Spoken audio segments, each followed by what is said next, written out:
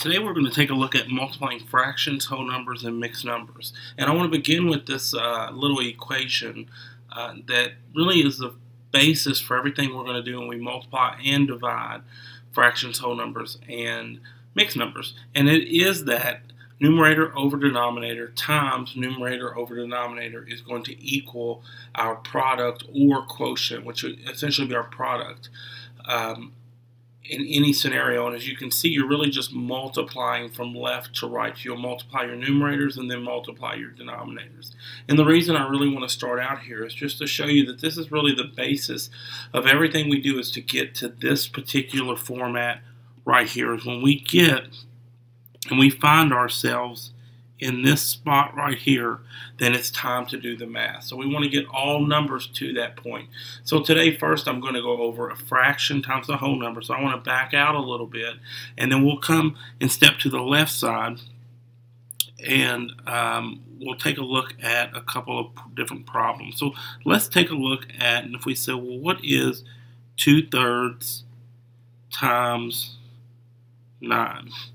So this is our fraction times whole number. Well, the first thing is you will notice is that as of right now, this format, it does not match up with our numerator over denominator times numerator over denominator. While our 2/3 is in that format, our 9 is not. So we've got some work to do in terms of getting that prepared. So the first thing that you're going to need to know, and I'll be honest with you, is what we're going to focus on primarily with this video is simply the algorithmic approach.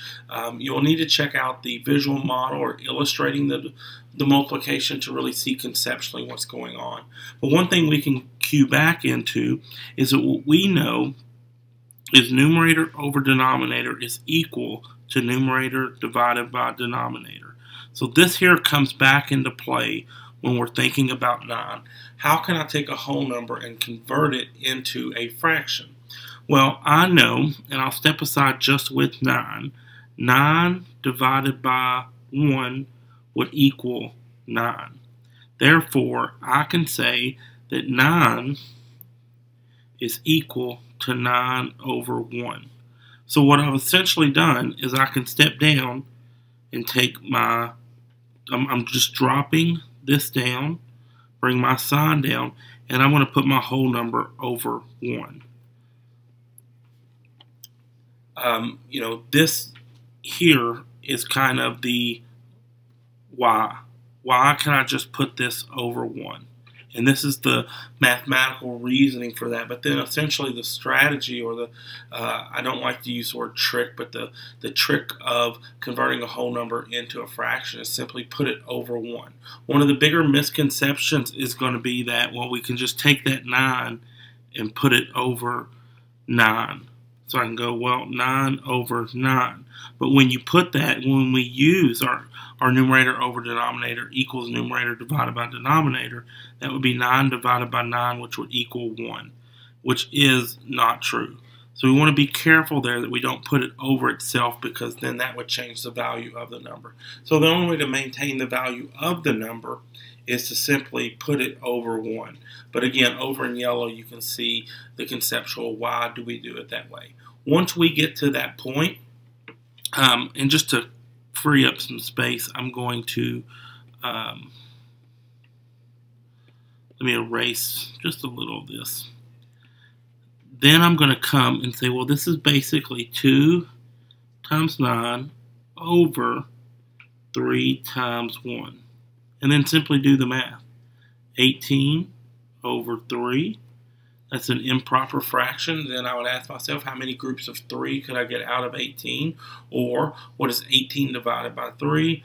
Final answer would be 6. And so we can look at another example, because they always don't come out as whole numbers. They're very, what I would call, and maybe a math slang term, but it won't always come out clean, is another way I could look at it is, what is 4/5 times, and the multiplication sign also means of, so you're saying, what's 4/5 of 8? Again, drop your 4/5 down, times 8 over 1. And then watch this time. I don't need to, this particular step here, this really is the mental stuff going on in your head. I don't need to see it. I can just step here and go, well, 4 times 8 is 32. 5 times 1 is 5. How many groups of 5 can go into 32? I can take 6 groups of 5 out, which become my whole number. I had 2 left over, and my denominator stays the same. Therefore, 4/5 of 8 would be 6 2/5. So that's how we look at a fraction times a whole number. When it comes to fraction times a fraction, I could take 3/4, and I'm going to multiply it by 2/3. This time there's no real step to setting myself up early.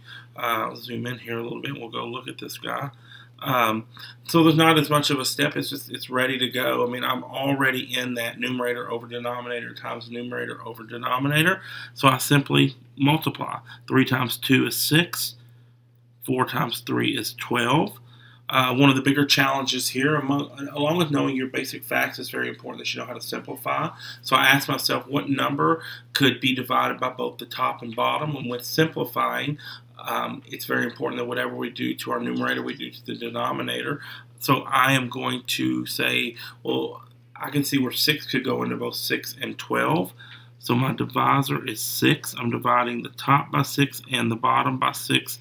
6/12 would equal 1/2. Therefore, 3/4 of 2/3 would be 1/2. So that's what a fraction would look like in terms of multiplying a fraction.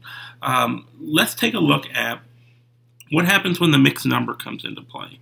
So what if I said I have 1/2 times 8.5? And I want to know, because what that's basically asking is what is 1/2 of? Because when I see this multiplication sign, I can think of that as of. What is 1/2 of 8.5? I have a fence that's 8.5 feet long. I want to paint 1/2 of it. I'm going to make my daughter Taylor paint the other half of it. How much would I be responsible for painting?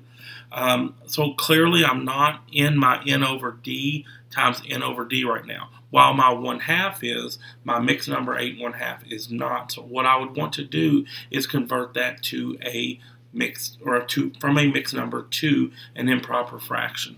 So I can go ahead and drop my 1/2 down with my sign, and then to convert a mixed number to an improper fraction, I'm going to go denominator times whole number.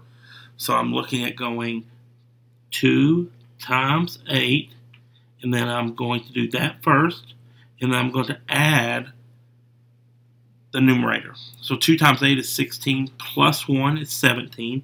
That becomes my numerator, and my denominator does not change.